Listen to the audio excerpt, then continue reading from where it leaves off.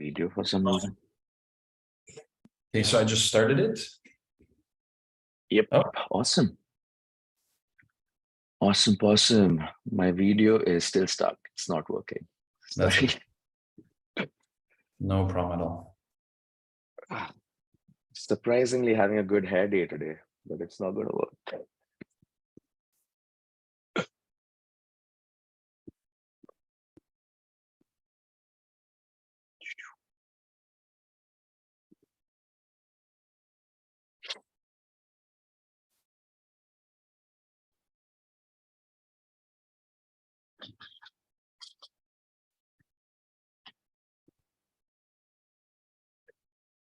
Sid, can you confirm that you can see the screen? I can see the screen. I can see attendees coming in slowly. Maybe everyone can just quickly give us a wave or can tell us where they're joining us from. Hey, Dylan. Hey, Dean. Hi, everybody. Hi, Robin.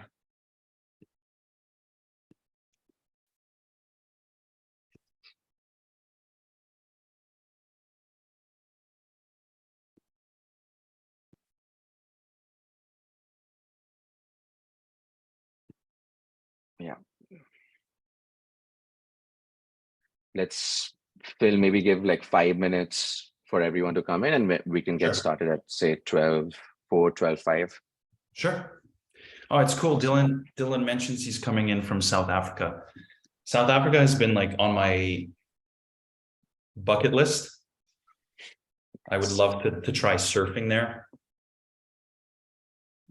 Sid, have you've never been, right, to Africa? No, never. That's one of the places I would love to go. Yeah. We're just here in cold Montreal. Snowing today, but you know what? I'm excited because I love to go skiing. Yeah. Yeah, Denver, actually, Robin is in here. Denver is on my list as well. I heard the slopes there are pretty crazy. Yes. So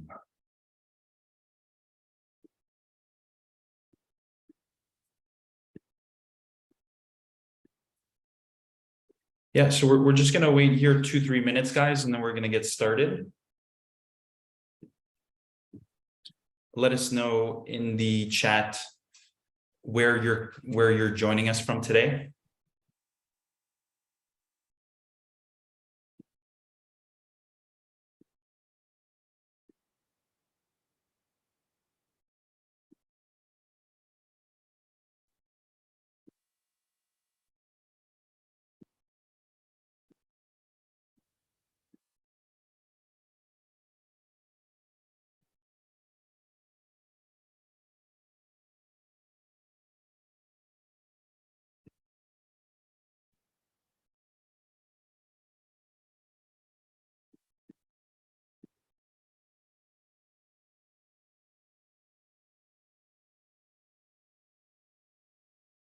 Oh, it says the chat function is disabled, which is odd. Oh, it's just like Q&A for the time being. Yeah, that's what I'm seeing too. Okay, I guess we forgot to enable that setting in Zoom. However, yeah, just in the Q&A is fine as well. Yeah. Okay, Sid, maybe we can start now. Yeah, all right. Sure. All right, guys. A very good afternoon to everyone. Thank you for joining us today. My name is Sid. I'm the Director of Accounts at Ubico. Ubico, we are a software company based out of Montreal. Ubico provides a sales outreach platform that automates B2B contact finding and cold email outreach. Sales teams of all sizes use Ubico to start conversations with their ideal clients. We are very thrilled and we have an exciting webinar lined up for you today. Our speaker is Philippe Kwiatkowski. He's the CEO, founder at Ubico. Philippe has extensive experience in outbound marketing and cold email outreach, having sent over million B2B emails. He has a tried and tested framework to share with us in today's session. So before we get started, quick housekeeping rules. The webinar is being recorded and it'll be made available to everyone after the session. This is going to be an interactive webinar. There's a QR code that'll keep appearing time to time on your screen, which will enable you guys to participate in the poll. Again, participation is highly encouraged. Also, Yes. we are going to have a Q&A session after the webinar is over. If we, of course, have some time, we'll try to fit that in. So Phil, without further ado, please take it away. Thank you so much, Sid. So what's cool about what Sid and I get to do is we get to work with plenty of B2B marketing, B2B sales teams. And what's cool is from our seat is we get to get a bird's eye view of, hundreds of different go-to-market motions. And this, spans across a bunch of different industries, primarily working with technology companies, with services companies, marketing agencies. So, we've learned a lot over the last few years. We've learned a lot from sending millions of emails. So we have a good perspective on what works versus what doesn't. And the content for today really reflects the high level elements that you really need to design a basic go-to-market motion. So we'll first chat a little bit about why email, why that's still an effective channel for outreach.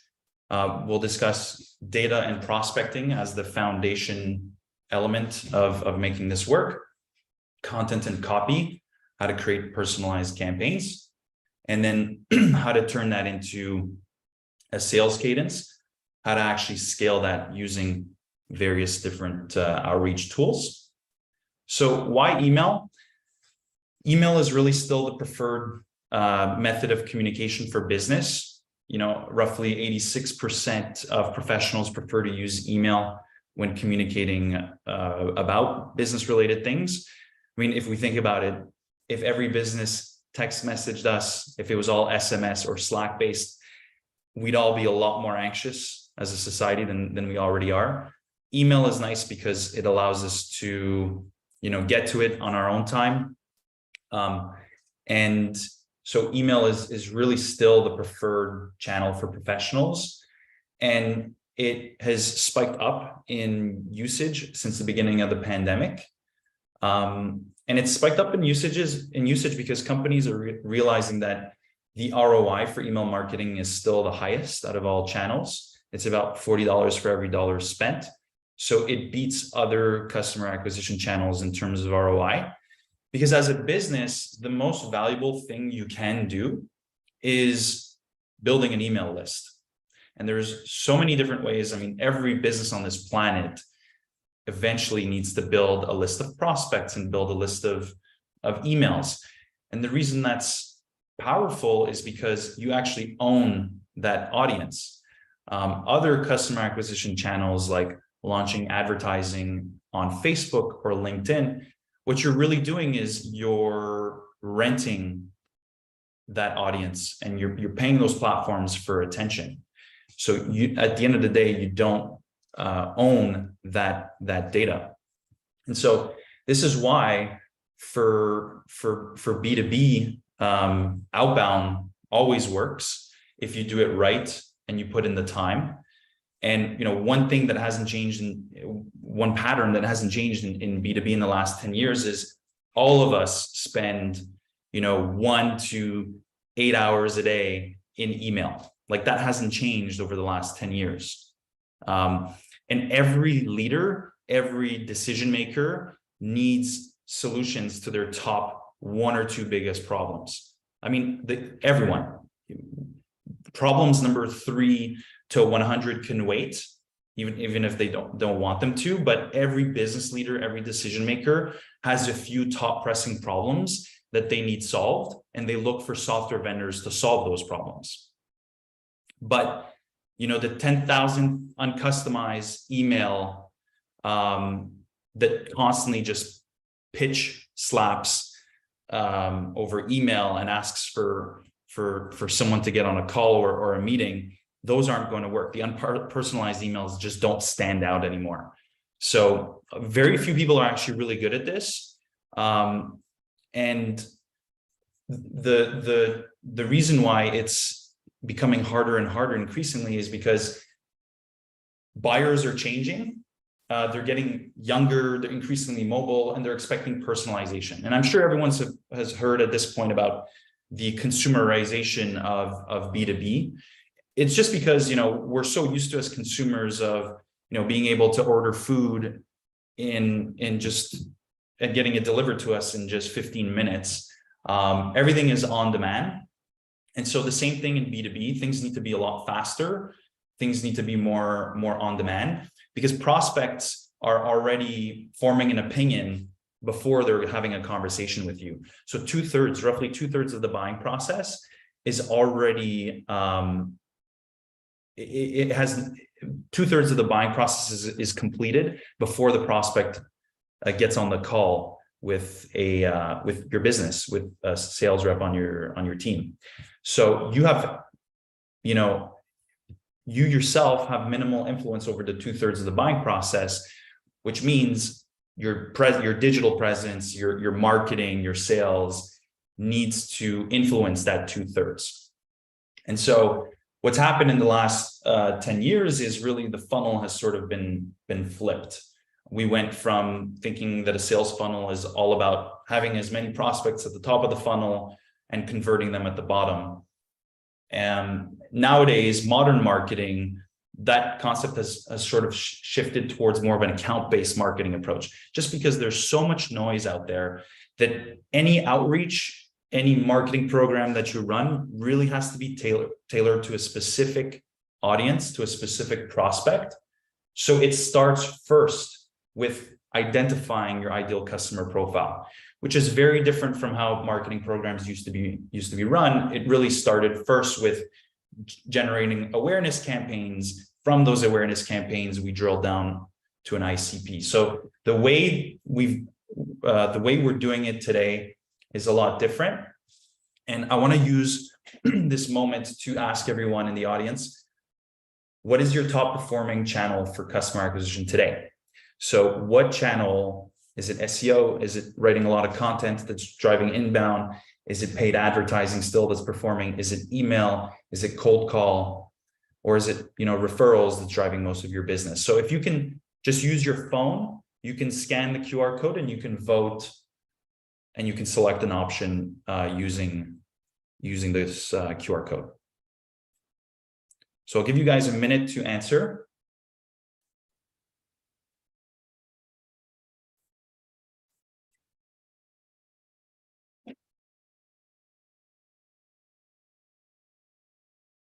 Referrals.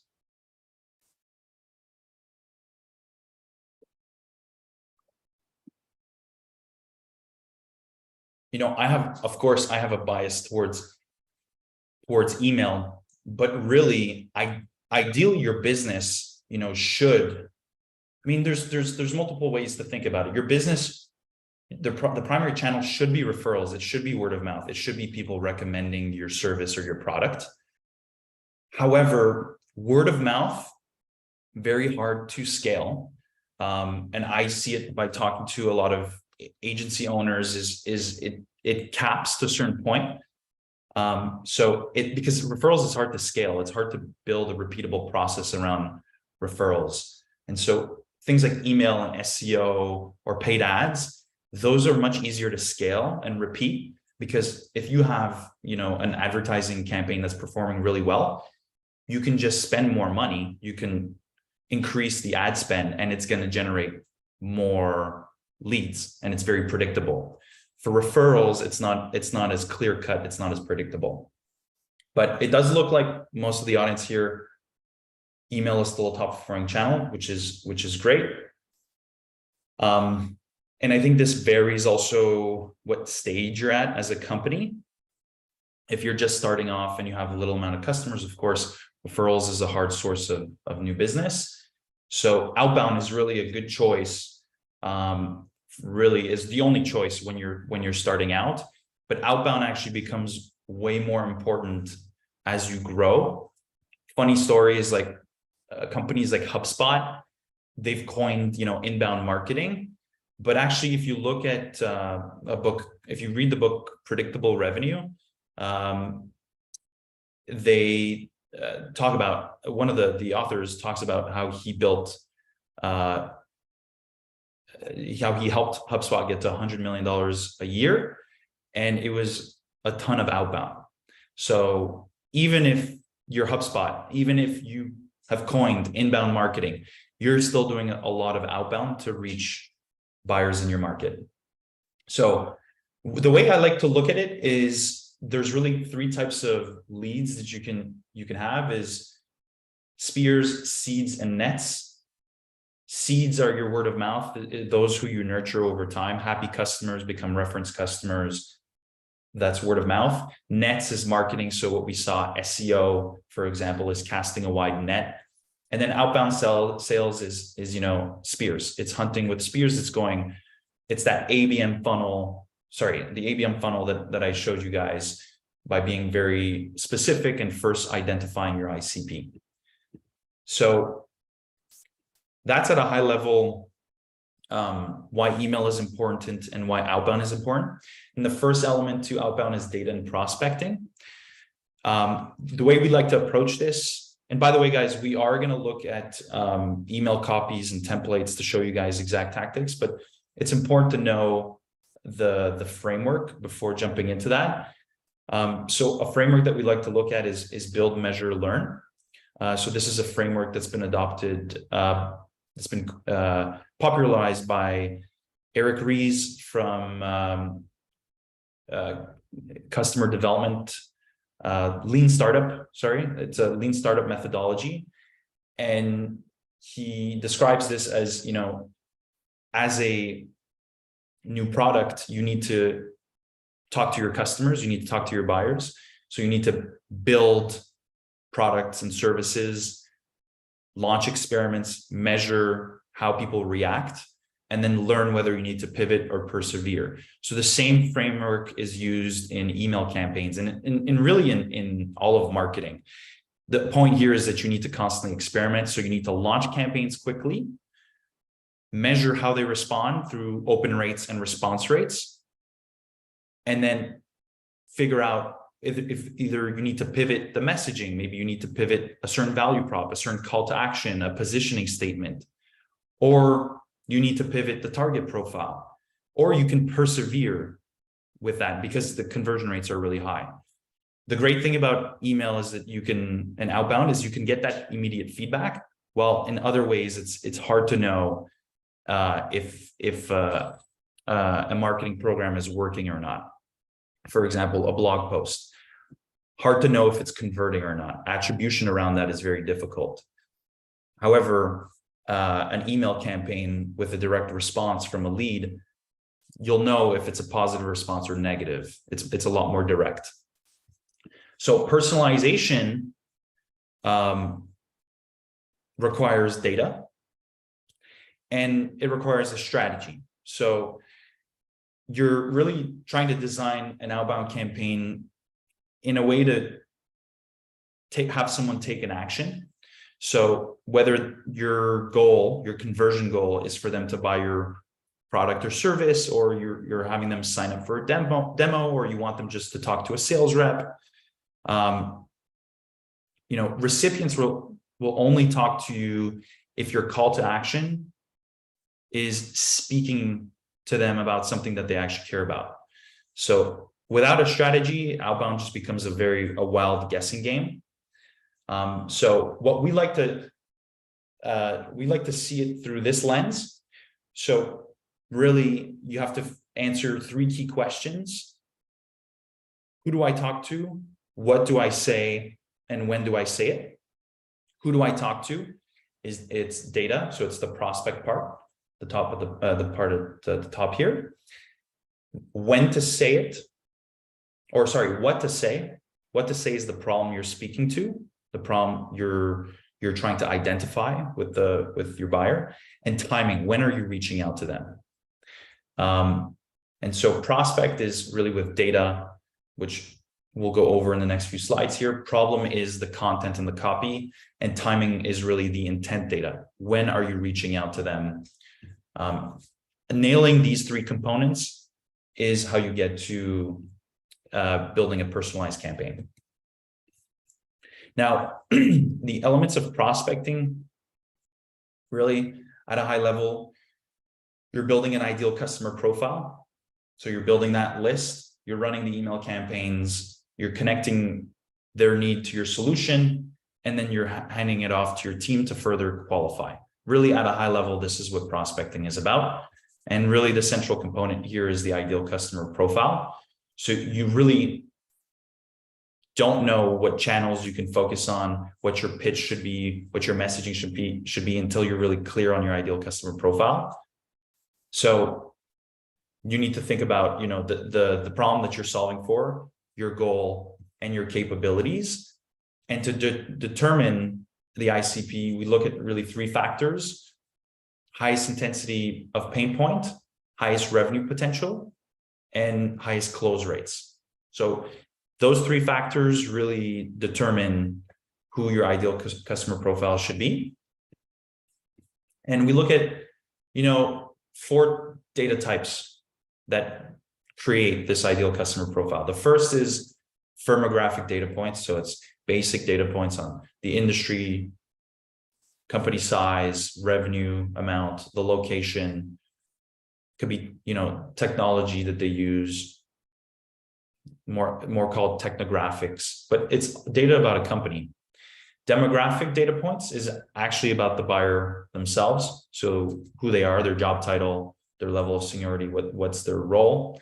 And then there's contextual and behavioral. So these are things that the companies and the prospects are doing that give us more data around timing. Is it the right time to reach out to them? Now, what we have noticed is when designing these kinds of personalized campaigns for outbound, semi-custom is really the highest performing. In Ubico, we support all types of levels of personalization. One of the things that we offer is hyper-personalization. So you can actually have 80% of the email copy being templated, and then 20% of it can be customized, can be personalized to that individual prospect. And so, of course, if you're selling, very expensive contracts, very expensive hardware, let's say you're selling machinery, your ACVs, your contract values are $100,000 or more, you need to be very, very targeted. Most of the email should be highly targeted, highly customized. However, if you're selling something that's a lot less, costs a lot less, sometimes personalizing that is an overkill. It's too much effort and time to personalizing if your contract sizes don't support that kind of go-to-market motion.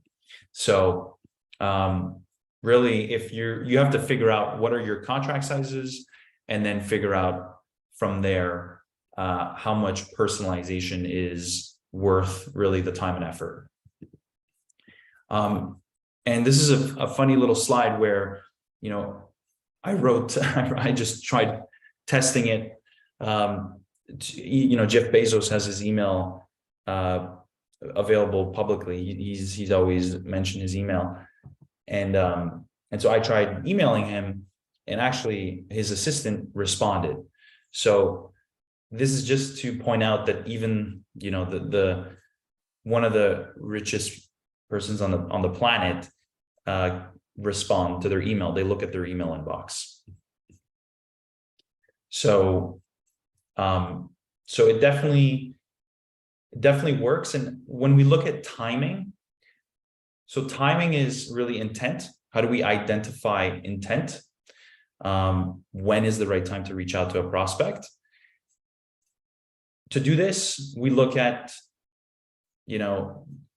signals, clues that companies can leave on the internet that tell us that they may be in market to buy your product or service. So essentially thinking of, and this is where you need to get creative. And it could be that, a company is hiring for a specific role, because virtually every service or every SaaS platform automates certain tasks within a job. So recognizing like what tasks is your service or is your software automating, and then finding the companies that are actually actively hiring for those roles, because that means it's a key initiative for them internally. And once you do that, you can then put that in email copy and it looks something like this. So you can mention that you've read, a blog post or a post that they wrote on LinkedIn. It could be some press release about their company. It could be a new product that they've released. It could be a blog post on their website, a recent funding announcement, new person that they hired in their leadership. All those things are meant to show the prospect that you've done your research and you're making the conversation about them. And what you really want to be able to do is as a famous author, copywriter, Robert Collier once said, is enter the conversation already taking place in your customer's mind. And so that should always be the goal of your outreach, is to make sure you're emailing them or you're sending them a message during the time frame that they're thinking about that problem. So the common mistakes we see is, people doing quite the opposite of that. So it's making it about you and your company. So we call that, a pitch slap right from the get-go. The first email or the first LinkedIn message is all about you and all about your service, your product. Very hard to read, too much text, sounds too robotic. There is such a thing as, making it feel like it's too automated. It's not personalized enough. And always making it about the meeting, always pushing for that call, for that 15 minutes. Those are the common mistakes we see. And so I'm going to show you some examples of email copies that are bad, and then a rewrite of those bad email copies. I have to credit, first of all, Kyle Coleman. If you don't follow him on LinkedIn, I encourage you guys to follow him. He provides excellent advice on cold outreach, excellent advice on sales. We've used a lot of the tips that he's shared and they work. So credit goes to him for these next few slides. And these are all emails that he receives. And on the left-hand side here, you see the email is 170 words, many different paragraphs, lots of text. The first thing that people do is they skim through the email, just like we all do with really any information that comes to us at this point, is we skim through it first.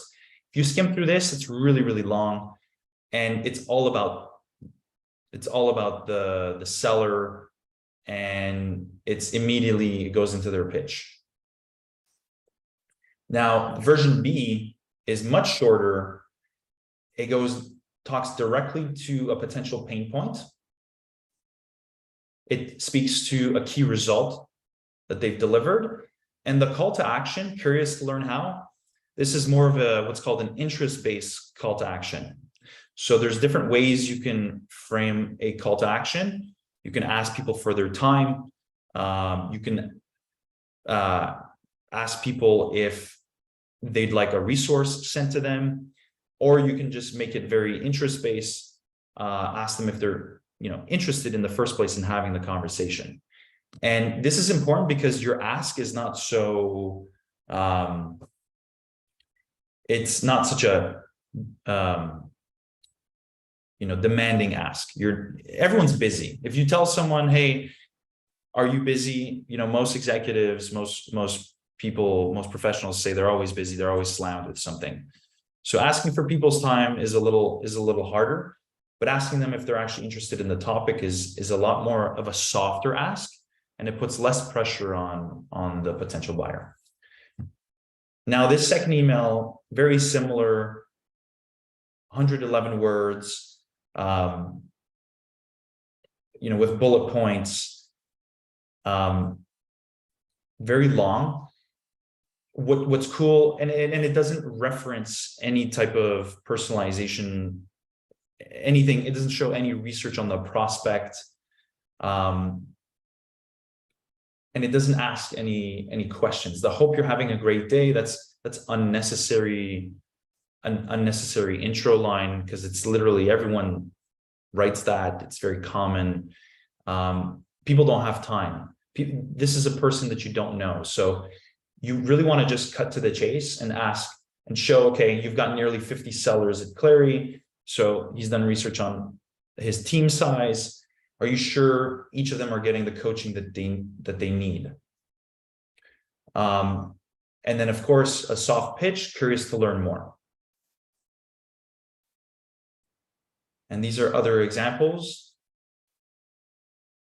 So from 154 words, slashing that in half.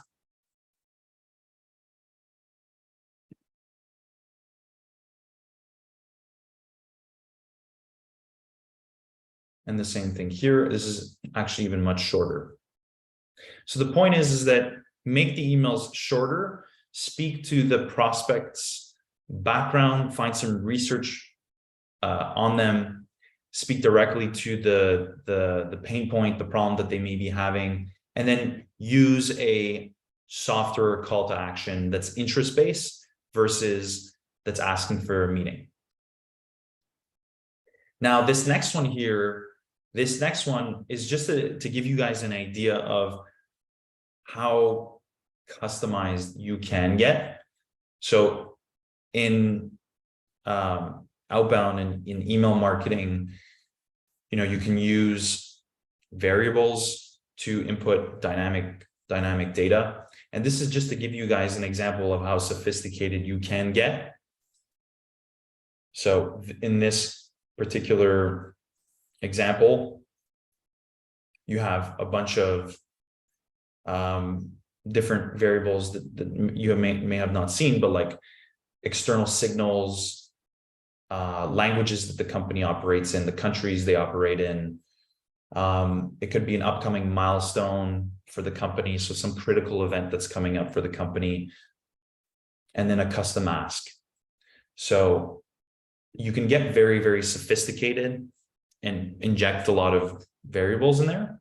But sometimes your outreach can be very simple, and it can be using, less sophisticated data points. So this one, for example, performed extremely well for one of our customers. And they're basically a platform selling to physiotherapists. They're a SaaS platform.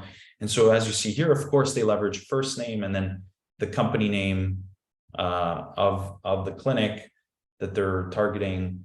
They reference a relevant data point, so the company founding date, and they speak to their value propositions. This worked extremely well. This is not as personalized as the examples I showed you before, but because they're targeting an industry that isn't used to this kind of personalization, they're not used to this kind of relevance, it really stands out from all the noise. And of course, you have follow-ups. Follow-ups are extremely important. A common mistake as well is for people not to follow up enough times. I mean, I read something recently that it takes like a salesperson like 14 touch points to close a deal on average. So it's a lot of touch points. The highest performing campaigns we've seen are 6 to 7 touch points in a 30-day period. So those lead to higher amount of conversations. However, again, if your service or your product is 6 figures or more, you're a lot more enterprise, you may actually want to scale that down and go a little slower.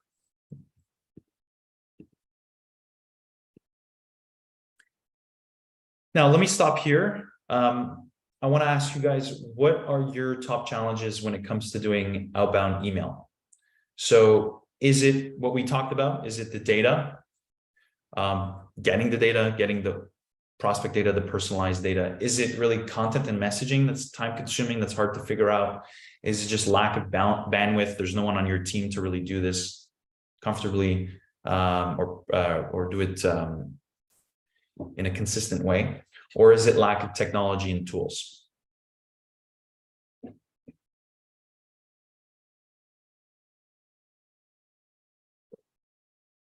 Content and messaging seems to be ranking the highest.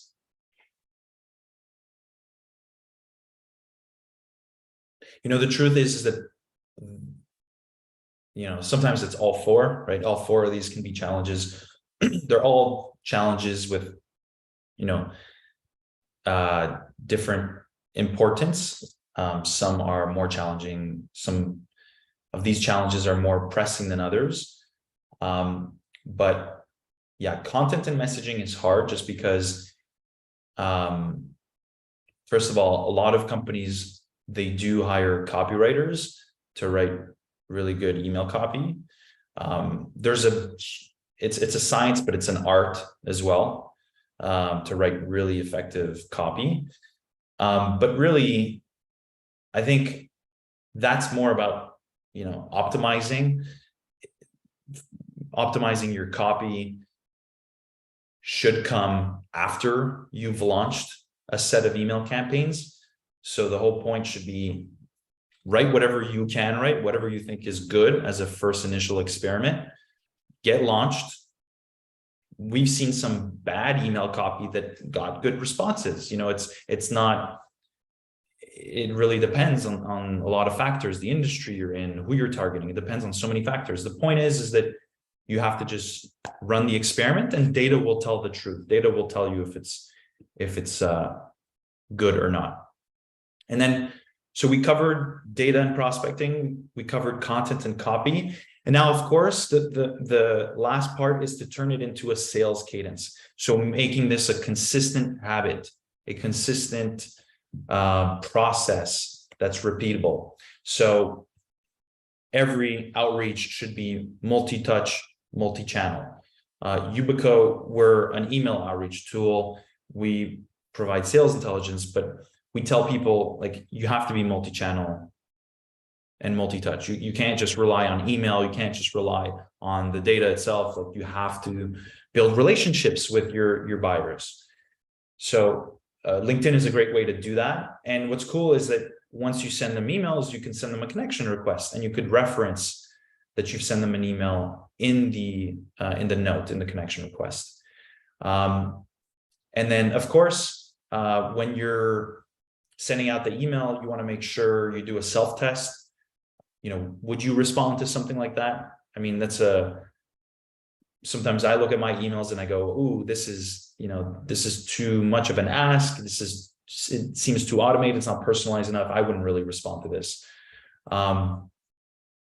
So you want to really send it to yourself first, test it, send it to your colleagues, see if they would respond to it.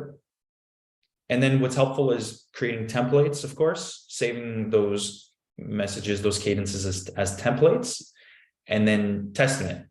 Now, number of touch points, we really think no less than 3. Anything shorter than 3 emails in a cadence is just not enough. We actually have we spend our time thinking about the psychology also of selling and how people respond, why they respond to emails. A lot of the times you want to be able to follow up consistently because people are just busy. That's the common number one reason, is even if in their mind they go, oh, this could be something that, I look at. Actually, this is a solution to one of my top problems. But the prospect is busy in the moment doing something else. And so they typically forget about it.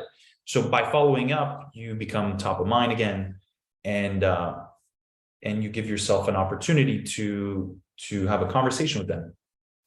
We also think no more than 7 touch points. Anything more than that, I think, is too much. We see reply rates, of course, go up after the first email. And then, of course, be multi-touch. Phone calls, emails, tweets, and think about how to mix this in.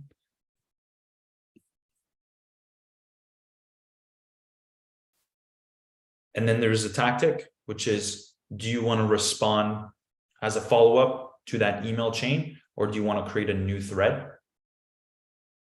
So this really depends.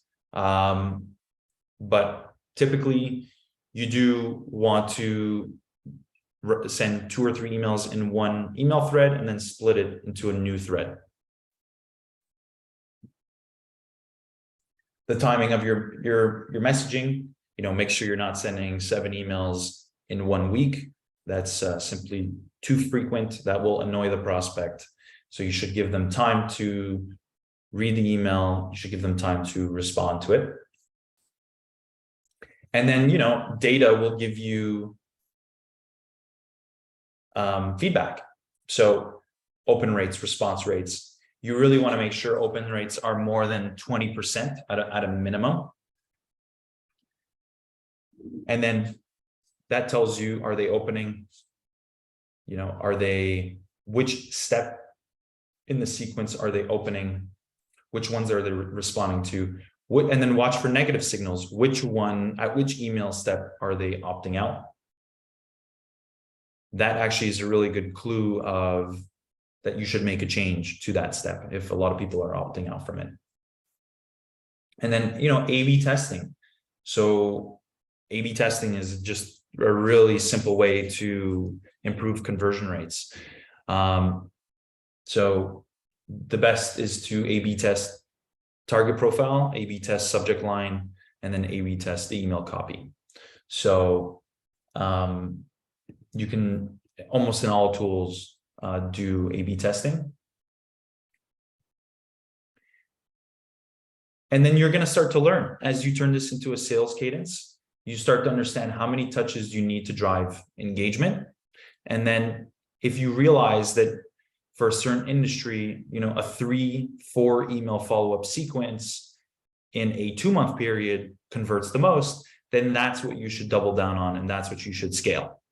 So it's really about finding the frequency and the type of sequence that works for you.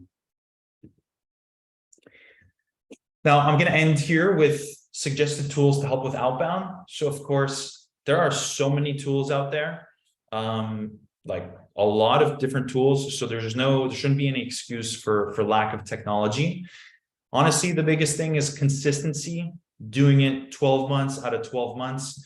Too many people give up way too early. And this is true of all marketing programs, marketing initiatives. I'm sure a lot of people in the audience can relate. You just need to consistently do outreach in order for the results to compound over time.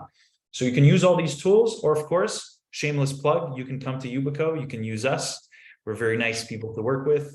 And we'd love to help you guys solve some of your outreach challenges. Honestly, even if you just have a question and you want to have a chat with us, we love talking about this kind of stuff. So we are available to anyone that wants to talk.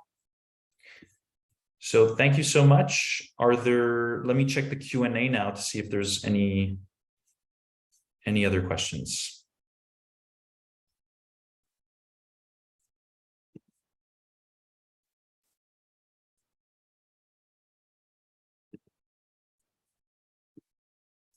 Please feel free to ask different questions. So Scott, you said, does email messaging change when facing different markets, SMB, mid-market, enterprise? Yes, messaging needs to be different when you're targeting SMB, mid-market, enterprise. Like typically, as you saw, the different levels of customization. When it's enterprise, it should be a lot more manual and personalized, a lot more custom. And then SMB can be a lot more automated just because the total addressable market is much larger. So that's how it should really differ. It's in terms of the level of personalization. Because for SMB, if you're spending too much time personalizing, you usually end up spending too much time and effort in personalization, when really you should be more focused on just scaling the number of contacts and the number of people you're touching. Now, Abivan Fred asks, how do you not get into spam? So spam is all about deliverability. email deliverability landing in the primary inbox. And you want to make sure that you're, this is a whole other topic, and we have resources on this, but making sure your technical setup is done properly, your SPF, DKIM. So there's a whole email deliverability checklist that you should follow to make sure your domain is set up correctly. And then really not landing in spam means like making sure you're targeting the right person, saying the right things, and doing it consistently over a period of time. Because actually, a lot of the times,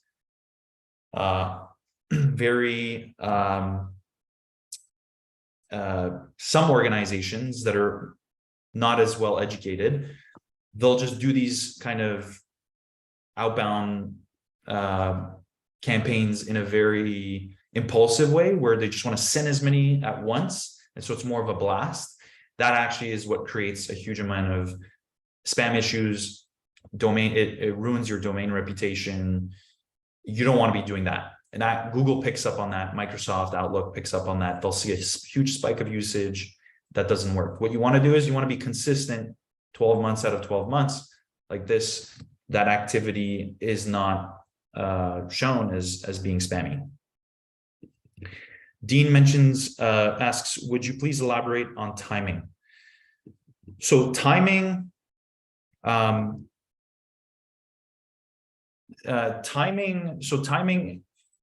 there's the three components. Timing is really the when. So when designing outreach campaigns, it's who do we talk to, what do we say, and when do we say it? So the when is of course intent data. So it's what are certain critical events, what are key things that are happening in your buyer's life or in their market that make your solution more relevant. So what is a critical event that makes your solution a lot more relevant?